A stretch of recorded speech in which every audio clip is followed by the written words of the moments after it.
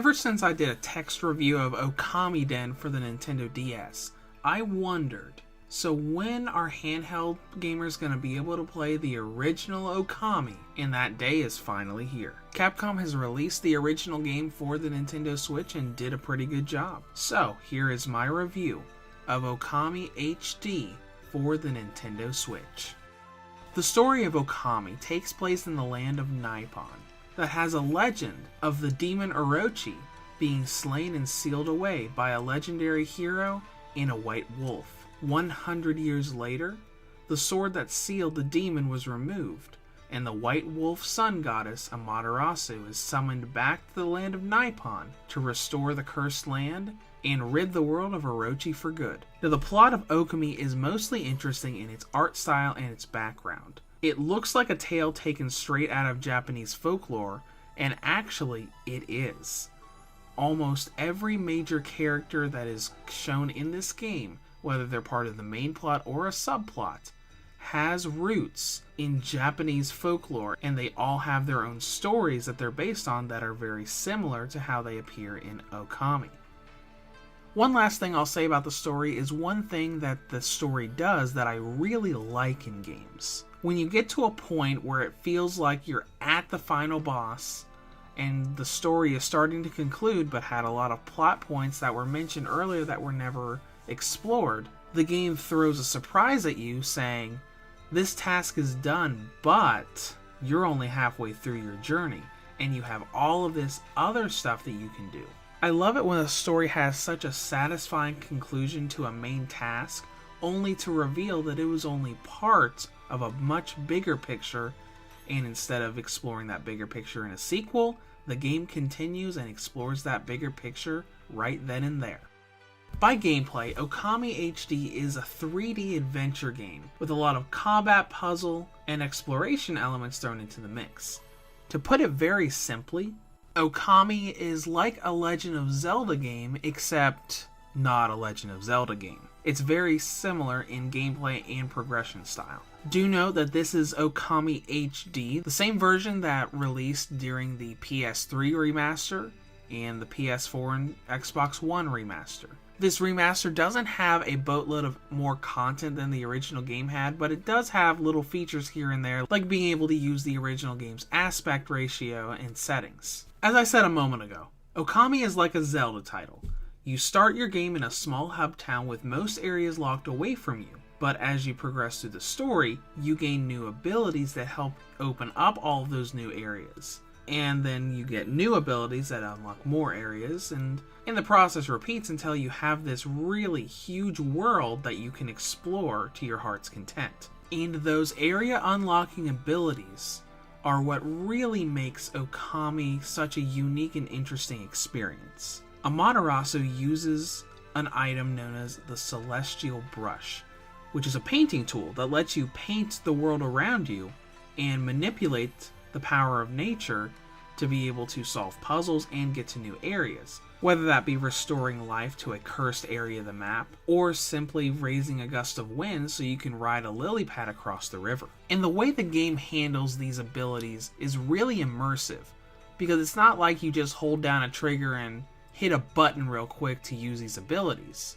The game pulls the paintbrush up onto the screen and you manually draw all of these patterns on what you're looking at, making you feel like you are the one doing all of this. And the game's even more immersive with the Nintendo Switch version, because you can draw these patterns with the touchscreen like in Okami Den, or use the built-in motion controls of the Joy-Con controllers to move them around in front of you as you draw. These abilities are also extended into combat, so they're not just for solving puzzles.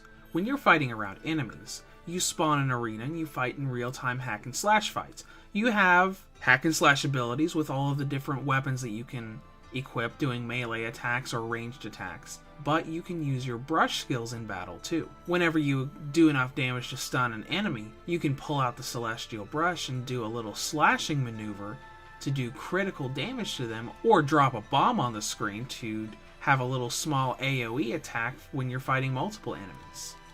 It really helps the game not just feel like a little hack and slash game, but as something more, because you've got all of these unique abilities that are used for puzzles, but they're also built into combat as well. And speaking of combat, all of your battles take place in little arenas that are kind of like random encounters in RPGs. You spawn in the arena, and when you fight, you even have a JRPG-like results screen showing how you did and your battle spoils. And the RPG elements don't stop there. You've got a bunch of side quests you can do that you get praise points for that you can use to upgrade all of your stats and abilities. Plus, you've got other things you can buy from shops to be able to upgrade your weapons. For not being an RPG, it has quite a few elements from the genre.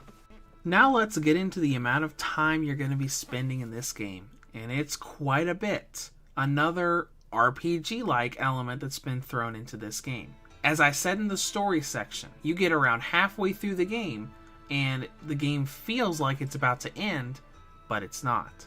When I got to that seemingly over closing point, I had spent around 15 hours in the game. By the time I reached the actual final boss, I had spent a little over 30 hours in the game. For newcomers, I would say you will be spending no less than 30 to 35 hours on a single run through the game. After that, you can unlock New Game Plus, which doesn't add a whole lot outside of some cosmetic changes and being able to keep your stat enhancements and most of your weapons from the get-go. Either way, a single run of the game is going to last you a long time, especially for that nice price of $20. Now let's talk presentation. Graphically, the cell shading and the Japanese style look beautiful when you're on the go. Actually, it doesn't look any different in handheld mode than it does in docked mode. The only thing I will say about the presentation isn't something that's a problem with the Switch, but something with Okami in general. With what they were trying to recreate in the visual style of this game, they added a motion blur effect whenever Amaterasu is running around the fields. Now, for motion blur, it's definitely apparent when you're moving, but sometimes when you're standing still, there is a significant blurring effect. Granted, this is with the style they were going for, but when I started the game, it really bothered and irritated my eyes. It took me a few hours of game time to actually get used to it, to the point where it wasn't constantly straining my eyes. And there's no option to turn the motion blur off. And I bring that up because Okami Den on the DS, the game's sequel, didn't have a motion blur problem. As far as performance goes, the frame rate is perfect. I got a nice smooth 30 frames per second in dock mode and handheld mode from start to finish. The only issue I had with the actual performance was the game crashing on me every once in a while. And this happened when I was handling save data. It didn't matter if I was saving data or loading data. Every once in a while at that loading screen, the game would crash on me. Thankfully, it never crashed while it was in the process of saving or loading data, so I never lost any progress. But it happened several times, and it was always on that one save or load screen. Now let's talk battery life, which I was pretty surprised with. Pleasantly surprised. Here are my battery times from 100% to 0%. Maximum brightness with the Wi-Fi on, 3 hours and 30 minutes. Maximum brightness with the Wi-Fi off, 3 hours and 45 minutes. Lower brightness with the Wi-Fi on, 4 hours and 19 minutes. Lower brightness with the Wi-Fi off, 4 hours and 31 minutes. I was expecting Okami to be another 2 to 3 hour game, so these results really surprised me. Now, in conclusion, Okami HD is a beautiful adventure and is finally available for handheld fans. Now, the motion blur does take some adjusting and save crashing is a bit annoying, but it's a wonderful and must-have adventure for anyone who's a fan of Japanese folklore and adventure games. Reviews to Go rates Okami HD for the Nintendo Switch an 8.5 out of 10. If you have any comments or questions, feel free to leave them below, or head to the website at reviewstogo.home.blog.